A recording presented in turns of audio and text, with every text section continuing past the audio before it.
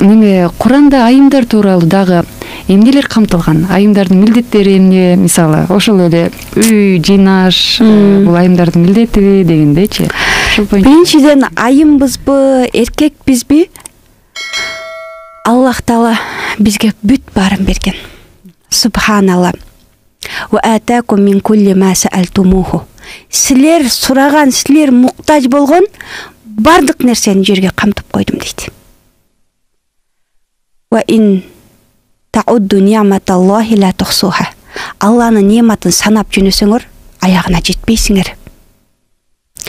Демек, жерге бүт бизге керектүү нерсени берип туруп, Аллах Таала жаша. Инни жаилун фил арди халифа, мен сени жер бетиндеги орун басар кылам десе, биз өзүбүздү эмне деп атабыз? Кудайдын орун басарымын деп өзүбүздү монтип сонун иштерди кылуунун ордуна мен колумдан келбейт, мен кыла албайм, мен мындаймын, мен жашоом начар, менде эчтекем жок деп өзүбүздү өзүбүз ылай кылып жүрөбүз да. Аллах Таала бизди жердеги орун басарым дейт. Силер каалаган нерсени берип койдум дейт да. Өзүбүздү ошого татыктуу алалы. Биз өзүбүздүн ичибизге кирип, өзүбүздүн ичибизди издеген сайын кем байлык табабыз.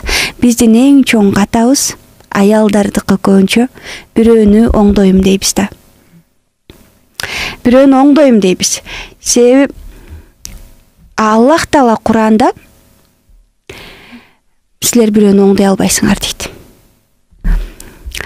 Силер бирөөнү оңдой албайсыңар. Силерге өзүңөрдүн нафсыңар менен өзүңөр убара болгула дейт да. А бирөө өзү кааламайынча сен оңдой албайсың. Биз күйөөбүздү оңдойбуз дейбиз, балабызды оңдойбуз дейбиз, айлана чөйрөбүздү өзүбүз менен ишибиз жок, өзүбүздүн ичибизге кирели. Көздү жумуп, чоң бир океанда кетип атканыбызды элестейли. Кемеде, кайыкта баратабыз. Бир мезгилде бир островко жеттик. Ушунчалык кооз остров, адам баласынын буту баспаган остров дейли. Ошол жерге жеттик. Ушунчалык пальмалардан немелер бышып турат, мөмөлөр, кокостор, банандар бышып турат. Ушунчалык кооз экен, кыдырып барсак, кем байлыктар бар экен, алтындар, берметтер. Ошонун баары бар экен да, жыйнадык. Бирок жаныбызда адамдар болбосо, ошону саткан, алмаштырган, көрсөткөн инсандар болбосо, анын баары бекер да. Ошол сыяктуу эле көзүбүздү жумуп, өзүбүздүн ичибизге киришибиз керек. Биздин ичибиз ошондой кен байлык. Ошол кен байлыкты чукуп, ар кимге Аллах Таалам талант, жөндөм. Сизге чейин ушунча миллиард адамдын ичинен сизге окшош жаралбады, жаралбайт дагы. Биздин ар бирибиздин отпечаток пальцабыз эле кандай бир айырмаланат. ДНКларыбыз бири-бирине окшобойт. Ушундай бир инсан ичибизде эле актарсак, ичибизден сонун берметтер чыгат, кереметтер чыгат. Бул ичибизге башка эч ким кире элек, эч ким алып кете элек алтындар бар да. Болгон өзүбүз эмнеге жөндөмдүмүн? Эмне кыла алам? Ушул үйүмдө эле отуруп, бир бөлмөлүү үйүмдө гана отуруп мен эмне кыла алам деп өзүбүздүн жөндөмүбүздү иштеп табышыбыз керек. Аллах Таала Куранда Муъминун сүрөсүнүн 1-аятында "Кад афлахал муъминун" чындыгында ийгиликке момундар жетти дейт. Афлаха деген өзү наджах ийгилик, успех. А афлаха деген фалиха. Фалихал арду десе жер эгинге даяр болду деген сөз. А фаллах дыйкан. Жер афлаха болду дегени, мисалы дыйкан жерди тегиздеп, тазалап, эгин эккенге дап даяр кылып койсо, ал жерди эгинге даярдалыптыр дейт экен да. Ал үчүн таштарын терип, тазалап ушунчалык иштеди дыйкан, жер эгинге даяр болду. Эми момундар афлаха болду дегени, момун адам дагы өзүнүн үстүнөн жер менен иштегенде иштеш керек. Ичиндеги таштарды, капачылыктарды, кайгыларды бүт баарын алып, тазалап, мөмө бергенге даяр болуш керек. Бирөөгө өзүнүн ичинде кен байлыктарды чыгарып бербесең кызыксыз ал жашоо. Ошон үчүн ичибиздегини беребиз. Анан сиз сураган аял заты жөнүндө Аллах Таала Куранда хунна либасул лакум ва антунна либасул лахум. Ал аялдар силердин кийимиңер дейт эркектерге, а силер аялдын кийимисиңер дейт. Демек бири-бирибизге кийим экенбиз, күйөө менен аялы. Кантип кийим бизди ысыкта салкындык берип күндөн тосот. Муздасак жылуулук берет. Кийим биздин айыптарыбызды жабат. Кийим менен жаман адам деле кооз болуп көрүнсөң болот. Демек кийим айыбызды жашырат деген, демек аял күйөөсүнө суук учурда жылуулук бериш керек. Тоңгондо жылуулук бериш керек, ысыганда салкындык бериш керек. Бири-биринин айыбын жашырыш керек. Кичине эле бир нерсе болсо апасына жамандап, атасына жамандап барбагыдай ар кимдин кемчилиги болот, кийимдей болуп коргош керек. Экинчи мааниси, тафсирде алымдар айтат, аялдар эркектин кийими деген көзүн тосо турган парда болуш керек. Аял күйөөсүнүн көзүн тосо турган парда. Биздин милдетибиз Куранда идиш жууш же болбосо тамак бышырыш деп жазылган эмес. Хадистерде дагы аялдын милдети кечке чейин тамак бышырсын деген эмес. Бирок бул эмнеге жазылган эмес? Куран ушундай ыйык китеп, майда чүйдө адамдын табиятында бар нерселер жаза берген эмес да. Мисалы, 3 жолу тамак же деп жазган эмес, себеби тамакты и так жейбиз. Анан аялды дагы үйдү жыйна, шыпыр, тамак кыл деп жазбаганы и так кылышыбыз керек да. Бул табиятыбызда бар, адамсың да.